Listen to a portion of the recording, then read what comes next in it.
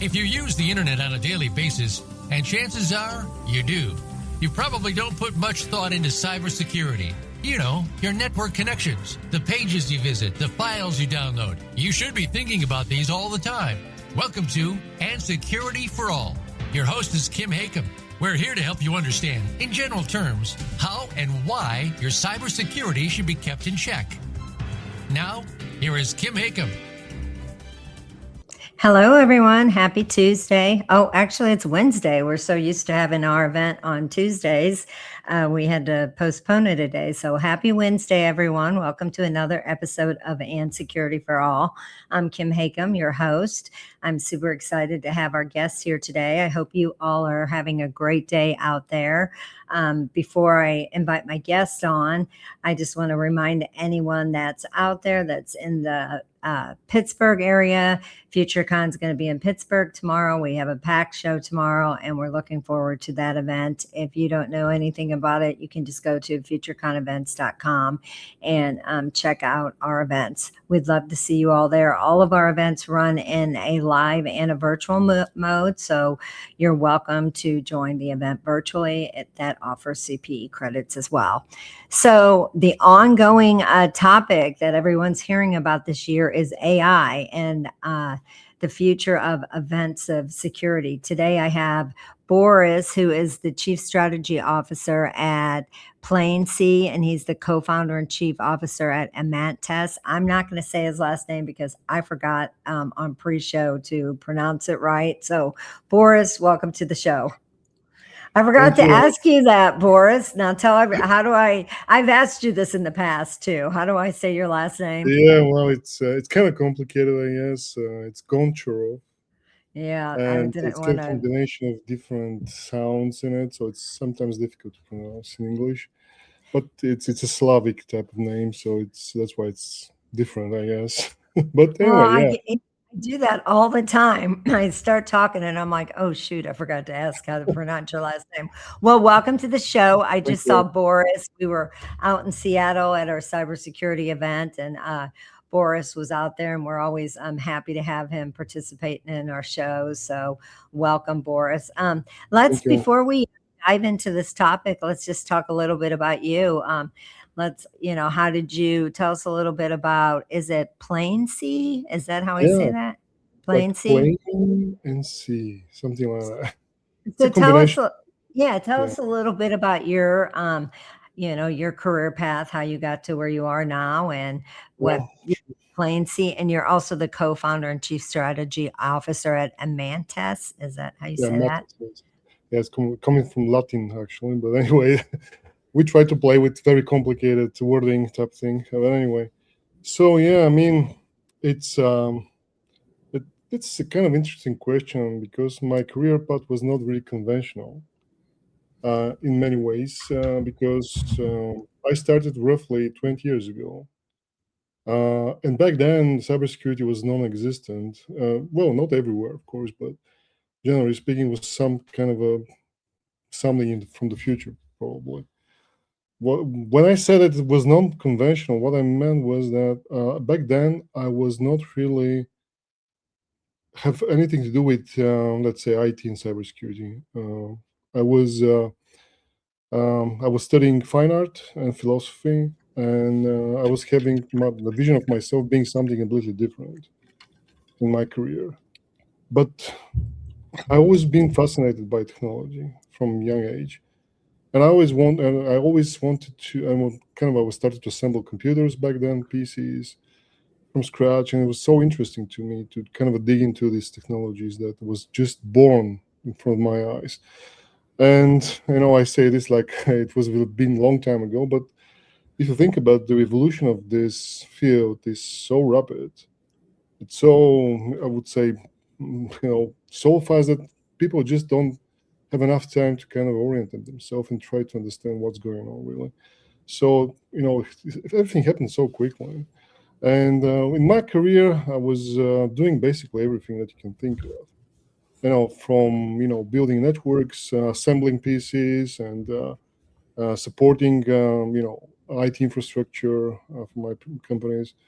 And then I realized at one point, it wasn't like some revelation from the skies, I would say. It was just something that just come to me as important, that security is very, obviously very important for IT and the physical world. And I was thinking, how this can be translated and what actually I need to know about this in order to, protect whatever I was building back then. Again, it was very different infrastructure when I started. It was we were having these modems that we used to enter the internet. And by the way, internet was just born basically, as I remember it. And I remember Windows, DOS operating system, stuff like that. So this is where I started with. But I realized pretty quickly that data and protection of data is really crucial because it's one of the most valuable assets for any given company on the planet. And I started to dig into this and I tried to find ways to learn about cybersecurity, information security. And I found some training courses and stuff like that. It was very difficult. It was online. There was no any resources. I needed to start, we learn everything by doing and from scratch. It took me a long time, but I would say that this was the only possible way. And from there, I was, doing technical work like penetration testing, forensic analysis, any kind of, type of job one you can think of. And also I was doing governance at one point, cybersecurity management, policy procedure, risk management, all the other, the other spectrum of cybersecurity. So I've done all, I would say. And in my career, I was doing a lot of consultancy, advisory work internationally, and for U.S. companies, for U.S. Army in Europe, and many other places. It's going to take a long time just to describe everything that I was kind of dealing with on a daily basis, because it has been a long path, I would say, a long journey to this day. And now I would say we are in a completely different, situation, and we are facing something, which I never thought I was going to see in my career. But here we go. We are in the age of AI. Yeah, we are. I mean, that's all we hear about is AI and the future, and it's evolving so fast. I mean, I didn't think I was gonna see it in my career either. And it's rapidly, we don't know what's gonna happen tomorrow. So, which brings me to our topic is the AI and the future of offensive security. So let's kind of talk about, for those that are newer in the space, how would you define offensive security and what does that actually look like for a practice? Okay, so offensive security is referring to, to the discipline in cybersecurity, which is trying to, let's say, do the same things as the adversaries are trying to do, of course, with the permission, with the different intent, of course. And basically, these are, people from offensive security feel they're doing the same things like, hackers and threat actors, but with the idea to find problems, vulnerabilities, and try to, identify what are the ways in which threat actors can exploit these vulnerabilities, and then of course remediate them and make sure they are not really available for these threat actors. So it's a very interesting because it's the same type of job, really. You are attacking your company or other companies with their knowledge, with their permission, of course.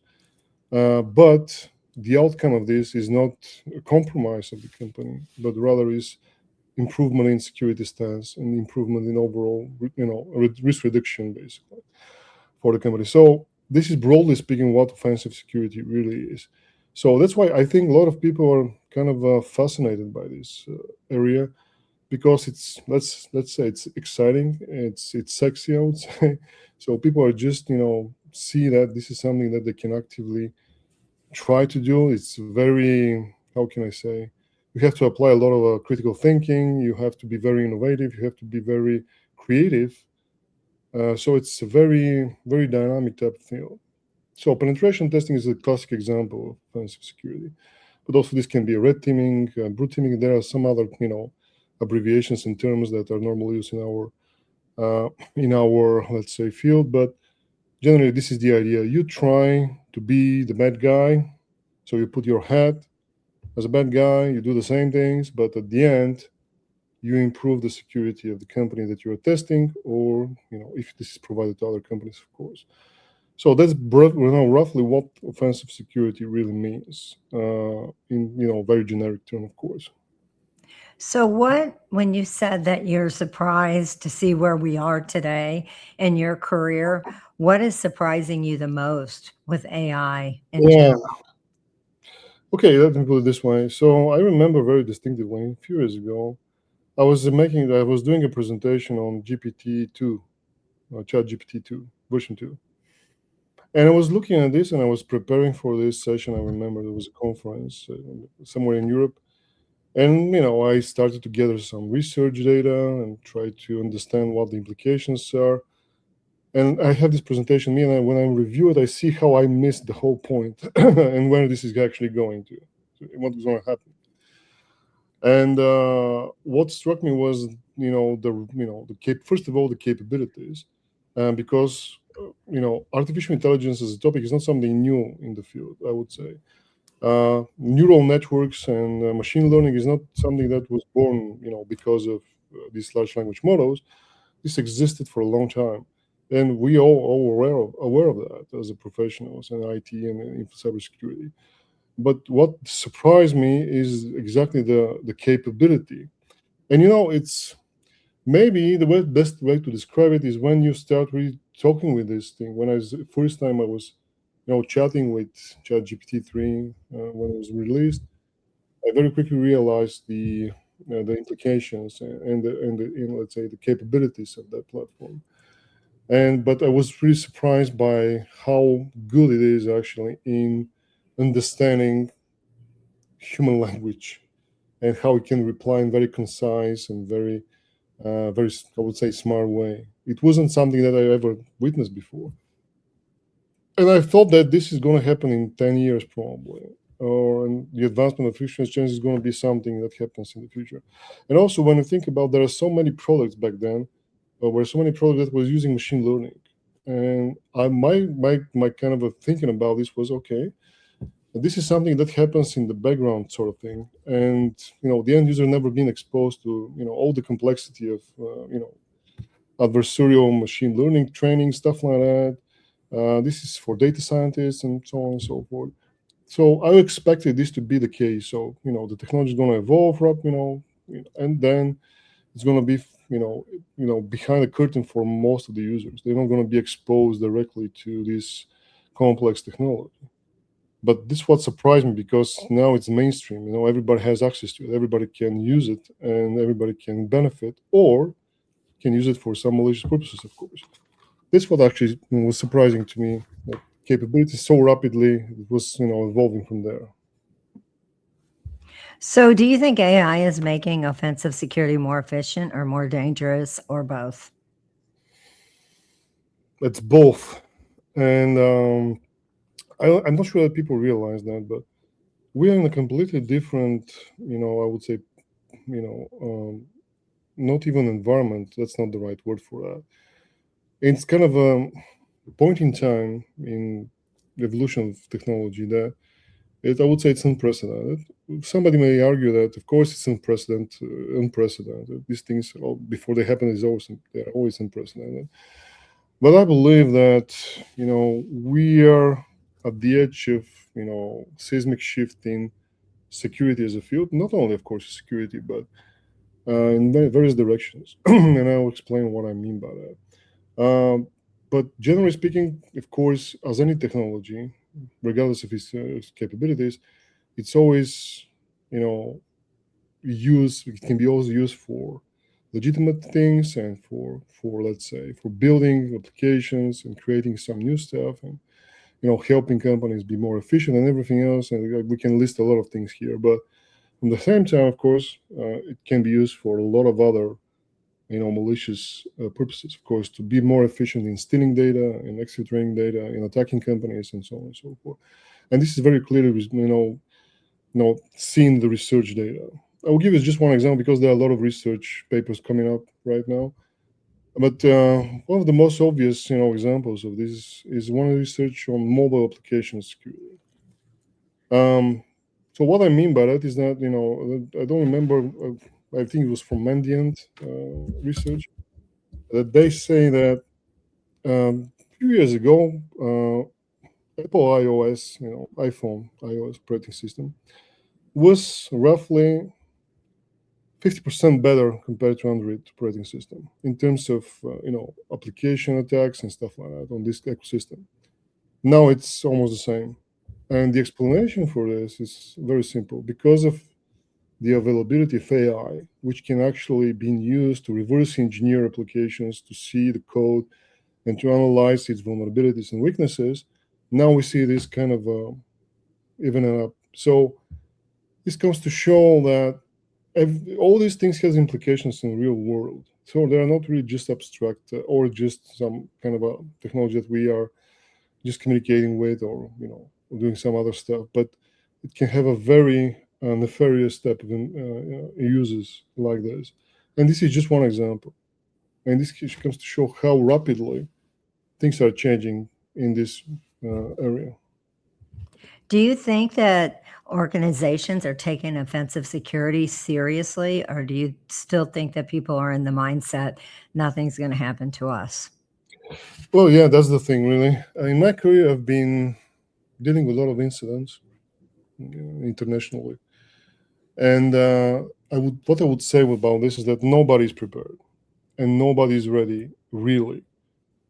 Maybe with very few exceptions. Although a lot of companies have procedures for that. And they believe they have technology to protect them from attacks and everything else.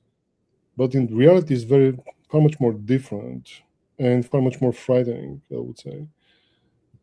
Nobody's really prepared, especially with this advancement of AI and offensive use of AI. It's completely different ballgame. We're not even in the same field now. It's so different. And what scares me here is the fact that most companies, in traditional sense of the world, even before AI, was not really prepared to sustain attacks. And there is also one realization that people also forget, that nobody's really protected 100%. And every company can suffer from attack, regardless of how good the company is and how secure the company believes it is. There is always going to be something in their infrastructure, in the code, in their human behavior, which may lead to compromise. Nobody really can claim that he's 100% secure, and you see, I did everything that I can, and now I feel protected. There is no such thing like that. And this is one thing. And now we even created a bigger problem now, and not we, of course, but the whole industry is moving in this direction with such a speed that even all the traditional methods of protection, well, I would not say they are outdated, but then they are not really set up to handle this explosion of new attack vectors or this new technology in general. So that's kind of the thought that I have, and it's kind of worrisome, but that's the reality. Well, I was having a conversation with some people this morning about this and, a real world situation of offensive security. And what would your recommendations be for, let's start with smaller companies. What steps should they be taking? Because if a small company has a breach, it's going to be very easy to just wipe that company out and they're going to be gone. So if they get ransomed and they can't afford to pay the ransom and they're not going to get their data back, what are some, viable steps that you would recommend? Let's start with the small companies first, and then we'll talk about larger. Yeah, I mean, that was the whole reason why I created them, and I was co-founded them at us, and now I'm working with Plaincy because we try to address some of the issues of these companies. But I'm not going to talk about the company that much. I'm going to talk about, from my experience, what I think is important, because I think that mid-sized companies, small companies are largely unaddressed from a security standpoint of view in terms of vendors, in terms of products on the market. There is something a phenomenon called cybersecurity poverty line, I would say. It's not something that I coined as a term, but it's very actually accurate description of what we see. So what it means is that you have a company which has a, let's say, limited number of people working there. They have some specialized business, and they cannot basically afford complex protection systems, because they cost a lot of money, first of all. Secondly, they cannot hire, let's say, external resource, because this is also very expensive type of resource. So there is a line, a threshold that these companies just cannot cross because they don't have the budget for that. And there are very few, vendors on the market because this is a large space with vendor space with a lot of providers on cybersecurity solutions. But they're not really addressing properly that market. I think they have done that, and now it's kind of the same.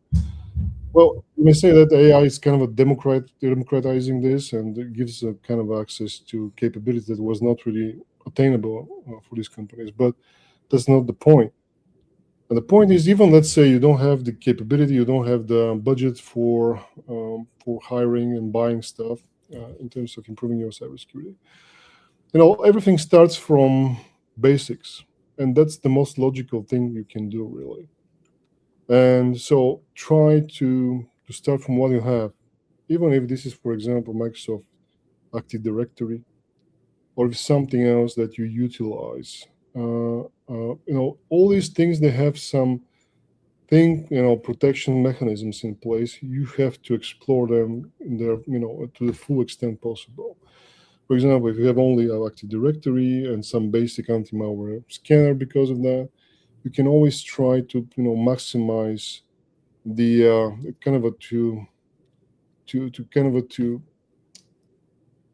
let's say to try to to benefit from all the features, security related features or capabilities of existing systems that you have, and apply them in the best possible way in order to reduce the exposure as much as you can. So number one advice, start from what you have. Try to understand the security capabilities of existing infrastructure. I'm sure that a lot of these things, all companies have some level of protection. They don't start from scratch from the open sea. They all have something that can be utilized.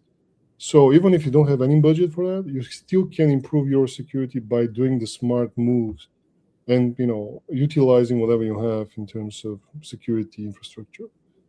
And the number one thing is try to address the human behavior factor as much as you can. And by this, what I mean is that people are people, and we all are susceptible to different things, and we can all make mistakes in whatever we do. So, and somebody can exploit us, and we see this now with AI. It's becoming a bigger problem. But how to address that? So basically, you have to address how identities are created, managed, and secured in the first place.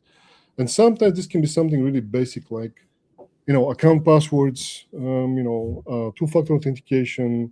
These are all things that are widely accessible and easy to set up and use.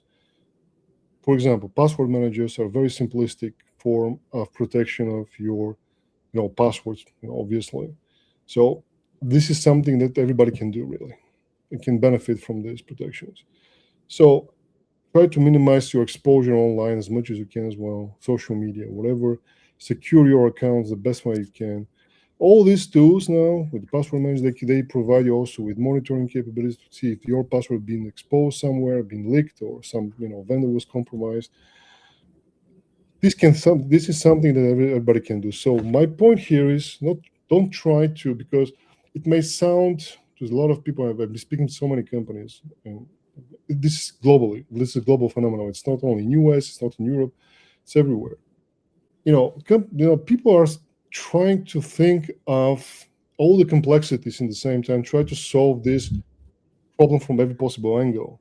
And that's not really the way to handle it properly, because first of all, it's impossible.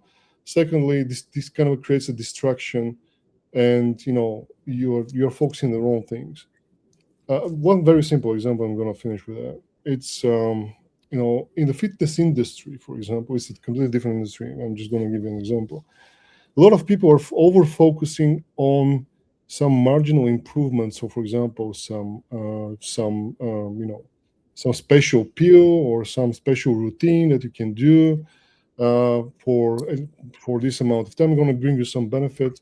These are just very small changes in whatever you can, but the basics are the same. You have to work out, you have to eat proper food, and so on and so forth. The same applies for cybersecurity. You cannot solve all the complexity, but you can start from the basics. You can start from the obvious things that everybody can have access to and everybody can benefit from it. That's a really good analogy because, the big problem is third-party vendors as well. So you can have your team as secure as you can be. And as you relate it to going to the gym, it's like if you're training with the trainer, if your trainer is not fit, why are you training with the trainer? So I look at that as your third-party vendors.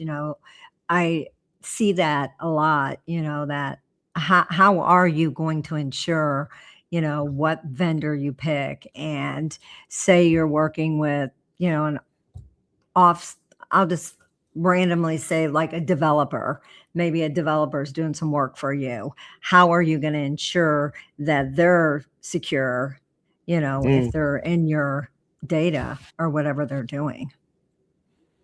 Exactly. So that's kind of something that happens all the time. And because we are human beings, we try to overcomplicate sometimes the problem.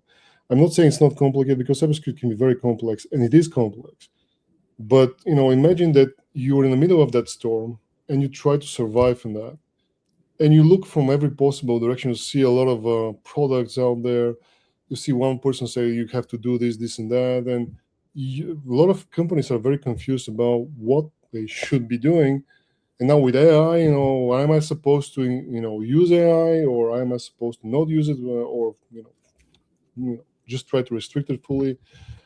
This is a recipe for disaster in many cases, because again, small companies, they don't have the capacity and the throughput to solve that problem. So basics, this is always going to be valid until the moment that we are kicked out from technology altogether. But let's see about that. Well, you said you have a history of pen testing, right? Did I hear that correctly? So do you think that AI is making offensive security, how do you think it's changing traditional pen testing and the vulnerabilities that you're going in to find? Yeah, well, in a very fundamental way, I would say. If you asked me this question, for example, 1 year ago, I would say that they have a lot of things that needs to happen, technically speaking, in order these models to be more adequate and to find properly vulnerabilities and to exploit them. Now we are in a different position, because now we have models. Of course, one caveat here: these models are not largely available for everybody. For example, Cloud Mythos, that's one very distinct example, because now this is just in the hands of selected companies. And this was kind of making the news a few months ago because of all these capabilities of the model. Because model now can find and chain exploits and multi-step exploitation paths and chain exploits, and do very complex stuff, and found 0 days and all the other stuff. So and people just kind of freaked out because of it, because now we realize that agentic pen test, because this is the way it should be done, because only with one simple prompt, let's say, test my web application, find all vulnerabilities, it's not going to do the work, because the problem is much more complex. Because modern applications, for example, are very complex based. You have a very complex business logic sometimes, so you have to reason and you have to see how this works and understand all the complexity behind that, and so on and so forth. So you cannot just write a prompt and okay, test this and you're going to see the results. And by the way, that's what we do in place. We do agentic penetration testing. So we created the platform utilizing large language models to do this multi-step attacks and do this instead of the human being, which was normally how you do this. Pen testing has always been highly educated, highly trained expert going there, understanding the environment and finds vulnerabilities that nobody can find. Really. Now, that's all still the same, still kind of exist, but I think it's going to be there for a long time because you cannot possibly, I think, completely replace the complex and well-trained professional with AI currently. But what people are probably missing from that picture is that these models now, the speed in which they are doing these things is unimaginable for human. You don't have that level of capacity, first of all. Even the brightest minds in the industry cannot do this at that speed. So you have an unprecedented velocity problem with offensive security. So now you see these models can identify vulnerabilities, they can identify exploits, and they can, basically do some really good job at, finding these things really and presenting this to the user and say, listen, you have this problem here, you have to fix it in this way. So I'll give you an example of step by step how we fix this problem.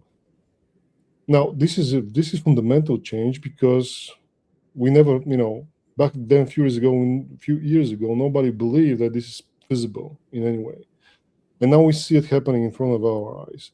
But again, this is interesting because we have a velocity which didn't exist back then. And second issue with ISC is that the volume of code produced and applications and everything is exploding alongside with AI pen testing. What I mean by that is you have a lot of a vibe coded application. So basically, this is just using large language models to develop applications. Even if you're not really a developer, you don't know what you're doing, but you can create working applications just from prompting and just laying out your ideas. And these models, coding agents, they're going to develop application for you. It's going to work, but this doesn't mean that security is going to be addressed properly. So now we see another, this kind of inflection point that we see. From one hand, you have this velocity of exploitation and finding vulnerabilities. From the other hand, you have explosion of new code, which is not secure by default. It's been written by AI as well. It's not been scrutinized from humans. So it's create another issue that you have to. And then when you cross all these things together, it's simply something that nobody can resolve because we don't have enough people to do it. So the only way to go around this is to use AI. There is no other way to do it because it's a huge problem in terms of velocity. Now there is something called time to exploit from patch to exploit window.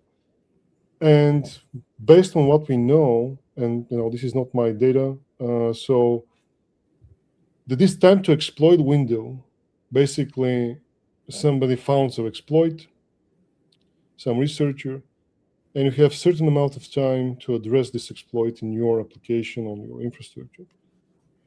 And back then in 2020, the time window was 700 days. We're talking about a couple of years time. So this basically means that you can have 2 years to patch this problem and find, how to solve it properly, let's say. Now, in 2025, this dropped to 44 days. And now it's near zero or negative, which is kind of weird how it should be negative. Well, it's negative because as soon as something is introduced, immediately there can be a vulnerability associated, which can be exploited at the time of this is exposed online. So before even you understand that you have problem, you may be exploited already. So that's kind of the reality that we're living in. Well, I feel like we're living in a reality of just information overload. I mean, people were worried about their security before AI started to accelerate. And now, people are, I would imagine that, non-security people, how do you even keep up with everything that's happening? No, nobody can keep up. No, me, you, nobody can keep up with this. And the funny thing is, I'm not sure if this is funny, but the funny thing is that if you think about this conceptually, now, the only way to solve this problem with AI, it's AI. Well, so you have AI-enabled adversaries, who is actually, let's say, now we don't have such a full-fledged, let's say, adversarial infrastructure that's attackers that's going to use these same powerful models to attacking you. Maybe because they still don't have access to this type of capability or for some other reason. But imagine the time, we're not there yet, they have this capability. And I would like to make something very clear here. There is a lot of hype in AI. There is a lot of myths and legends, coming with AI. AI as a technology, large language models, GPT architecture. These neural networks that are used, they are not limitless. They have, specific boundaries, and their capabilities cannot be exponentially growing without any, end in sight. They have limits because mathematics. So that's something that people don't realize, that these models cannot grow exponentially smarter than us. This is not going to bring AGI because the architecture of this model is not, something that can be resulting in artificial general intelligence. But this doesn't mean that with specific approaches, methodologies, frameworks, or additions to these capabilities, you cannot achieve very complex and very capable ways of using that models. And this is what we see in security. So cloud mythos, there are a lot of hype behind this. There are a lot of marketing messaging coming from Anthropic and so on and so forth. But the reality is there. This model was capable of creating a very complex attack, chaining exploits, and finding very old vulnerabilities in operating systems like FreeBSD and so on and so forth. So it's the reality is that we see a combination of models with other tools and methods and technical infrastructure, which enables them to do this type of job. But the interesting thing is, let's say there is attackers using AI to attack infrastructure. Now you use AI to deflect this attack. And at the end, if you think this in the future, what we are supposed to do as humans there? I mean, observe or just enjoy the show? It's kind of a weird thing, concept to think about. And there is a more simplistic example of this phenomenon, which is basically now everybody's using AI to reply to emails, or a lot of people actually. So now AI is used to draft the email, and then another AI is used to read this email and reply back. So there is no human involvement there. And well, yeah, go ahead. You're taking me to my next question, but sorry to interrupt you. So go ahead and finish that. So do you think that human-led security is always going to be necessary, or could AI eventually automate a large portion of it? I believe that yes, because if you think about this, what's going to be the consequences of? Okay, so offensive security is one part of the problem. So you create a model, or you create a architectural, implementation of this to pen test and to find vulnerabilities, exploit them, and prove that they're actually real, vulnerabilities. Now, the next thing that has to happen is, because just knowing something doesn't solve the problem, you need to fix it eventually, right? You have to apply some patch, you have to do something in order to address the security hole. And now that's the problem. So what happens now is that because of AI and agentic pen testing, you're going to see exponential increase of findings and vulnerabilities being discovered. And now this has to be handed over to the teams that need to fix that. Now, you may think, okay, maybe we can just use another AI as a part of that process in order to, suggest, patch, to create the code, and to apply it and fix the whole thing with them, which sounds in theory very logical, but think about the consequences. So this means in practice that you have to surrender all your code, all your crown jewels, everything that you represent, digitally speaking, as a company or as a person. And you have to hand over this to this AI to make autonomous decision about how to fix that. And that's scary in many ways. First of all, you are handing over everything to one provider mostly, let's say Anthropic or OpenAI, whatever. And secondly, this can make decisions without understanding the implications, because these models, no matter how powerful they cannot understand the messy logic, sometimes the legacy part of our infrastructure, all the complexities, all the data flows, everything that happens in real life environments, and to make a decent even decision about how to approach this without basically killing the patient. You may cure the disease. This is what's going to do. They're going to cure the disease, but the patient is going to be dead. That's kind of the end point of that. So that's really the threshold that we have to think of, because these models, there is some phenomenon called,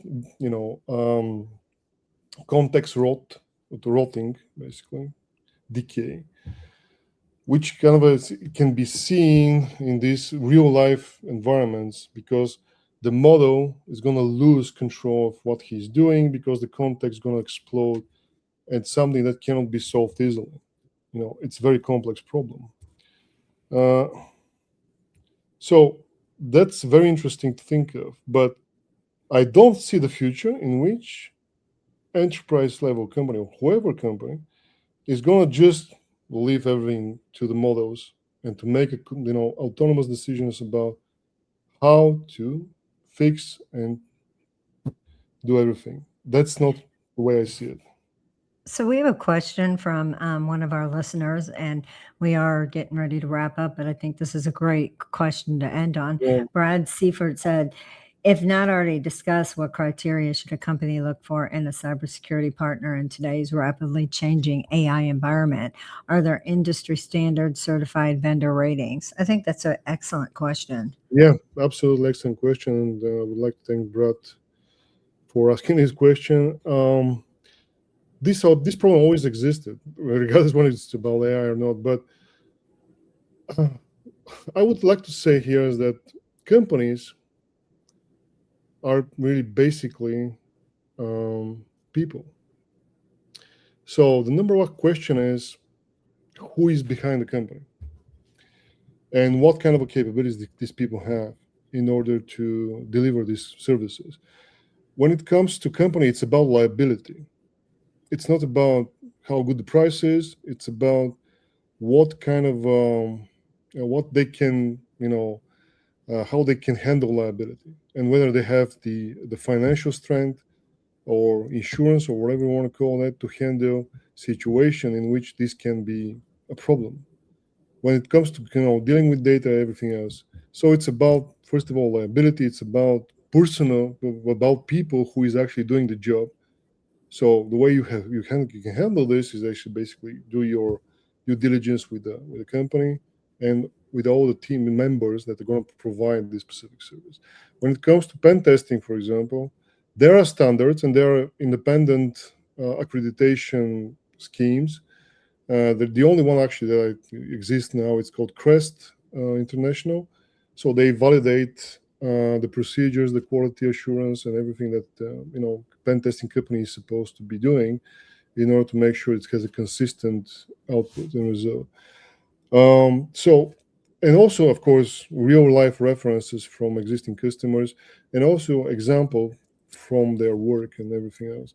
So liability, personal experience, expert level to experts, and the way they are, how, from where they're coming, what kind of credentials they have, and all the other things, what experience these people have, and also, track record of actual delivery. For me, when I'm selecting a vendor, these are the things that I'm thinking about. Also, of course, it can be a startup company doing something new, especially with AI now. We have a lot of companies doing this from scratch. But you can see, and this is something that I would like to emphasize a lot, it's called operational maturity. operational maturity is not the same thing as operational history. Operational maturity is really deep understanding of how specific task or process has to be delivered and what kind of the service has to be delivered.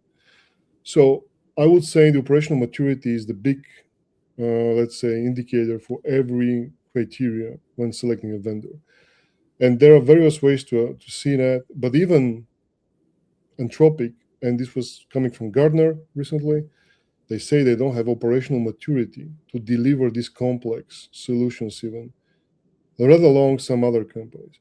So you can see this from, asking about their, procedures, their approach, how they handle specific. You can actually have a conversation with the people delivering the service and ask them to explain how service can be delivered, because now everybody's generating this type of questions through AI and stuff like that. So my approach is going to be asking real life questions of how people are doing whatever they are doing. And this is the only way for me to understand how this company operates and what level of maturity the company has. That's very important, I think. Well, I think when we touch on these topics, AI and the future of offensive security, we could spend hours talking about this, and that those are Days. many. Yeah, there's just really not even. There's so many different answers, and we're unfortunately out of our time. But I Really?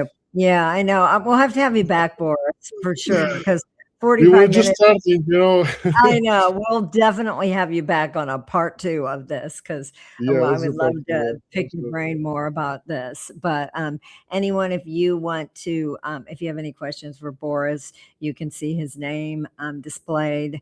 You can find him on LinkedIn, and we have it tagged on our post. And I'm sure Boris is happy to answer any other questions. Thank you so much, Boris, for being here today. Thank you for coming out to our Seattle event. And we look forward to seeing you in the future. Everyone else, thank you for tuning in to another episode of And Security for All. We did push it back to Wednesday. Normally we are on Tuesday afternoon. So we will see you next Tuesday. Everyone have a great Memorial Day weekend. It's early this year, so it's hard to believe it's Memorial Day this weekend. So everyone enjoy your long weekend if you have it coming. Hopefully for all the security practitioners out there, you'll get to enjoy some time off. So thank you all. Be safe, be secure, and we'll see you next week.